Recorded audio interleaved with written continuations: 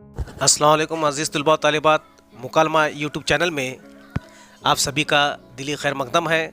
अगर आपने इस चैनल को सब्सक्राइब नहीं किया तो फ़ौरन सब्सक्राइब कर लीजिएगा और बेल आइकन पर क्लिक कीजिए।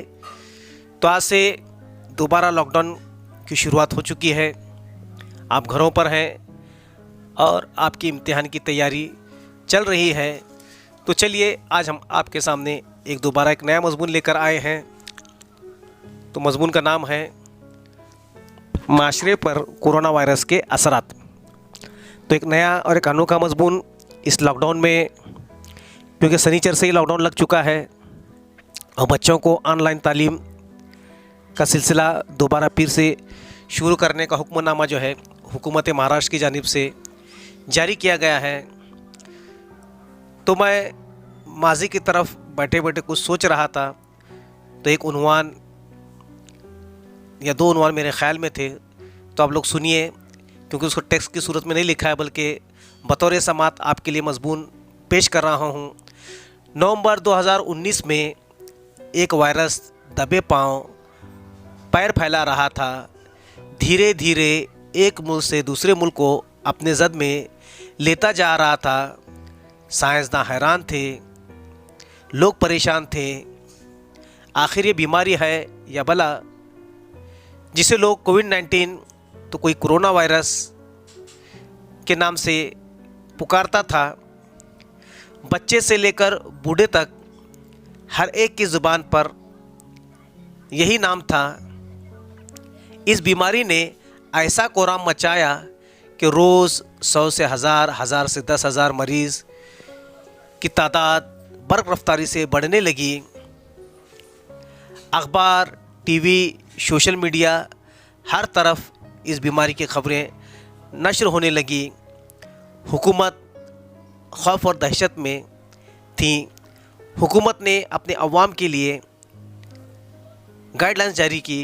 समाजी दूरी बनाए रखिए, बार बार हाथ धोते रहिए, सैनिटाइज़र का इस्तेमाल कीजिए, मास्क लगाइए, बिला ज़रूरत घर से बाहर न निकलें।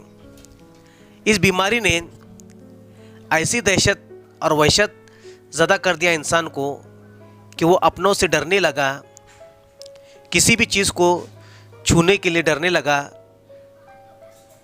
जब ये ख़बर आहिस्ता आहिस्ता मुल्क के करोड़ों लोगों तक पहुंची तो मज़दूर आओ देखा न ताओ दहशत ज़दा होकर जिसको जो सवारी मिली अपने गांव की तरफ निकल पड़े।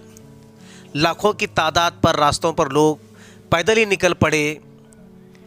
कुछ मुखैर हजरात उन लोगों की मदद करते रहे, मगर कई सौ लोग भूख और प्यास और पैदल चलने की वजह से वो लुक़्मे अजल हो गए। मगर इस बीमारी ने हमारे घरों में भी दहशत तारी की। अगर कोई छींकता तो हम डर जाते, किसी को बुखार आ जाता तो हम पर घबराहट तारी हो जाती। हर तरफ दिल लहलाने वाली ख़बरें मौसूल होने लगी, जिससे हमारे हवास गुम हो जाने लगे। हमने इस बीमारी दोस्तों से, रिश्तेदारों से मिलने से हिचकिचाहट महसूस करते। पड़ोसी से घबराहट कर डर के मारे दूर से चला जाता। कोई चीज़ को छूने या कोई चीज़ देता तो उसको शक की निगाहों से देखा जाता। अगर कोई मेहमान किसी घर चला जाता तो आसपास के रहने वाले लोग उसे शक की निगाह से देखते हैं, कहाँ से आया, क्यों आया, किसके पास आया, कितने दिन रहेगा। ऐसे सवालात सरगोशियों में सुनाई देते। किसी की भी मैयत में और शादियों में जाने से भी इंसान खौफ महसूस करता। तो ये हमारे समाज पर होने वाले असरात थे। इस बीमारी ने हमारे समाज के ताने बाने को तोड़ कर रख दिया। लोग आपस में मिलना जुलना छोड़ दिया। हर कोई एक दूसरे से दूरी बनाए हुए है। इसका खौफ अभी तक हमारे जहनों पर तारी है। 1.5 साल का अरसा हुआ। कुछ दवाएं और कुछ इलाज ढूंढ निकाले गए, मगर अभी तक ये सब हतमी इलाज हैं। अभी मुस्तकिल इलाज ढूंढना बाकी है। इसे हमारे इस बीमारी ने जो नफ़रत, डर, खौफ पैदा किया है, इसका इलाज हमें खुद तलाशना होगा कि हम इस डर से, खौफ से और नफ़रत से किस तरह से बाहर निकलें।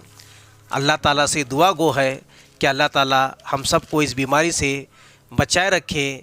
आमीन सुम्मा आमीन, और आफ़ियत की ज़िंदगी अता फ़रमाएँ। अल्लाह हाफ़िज़।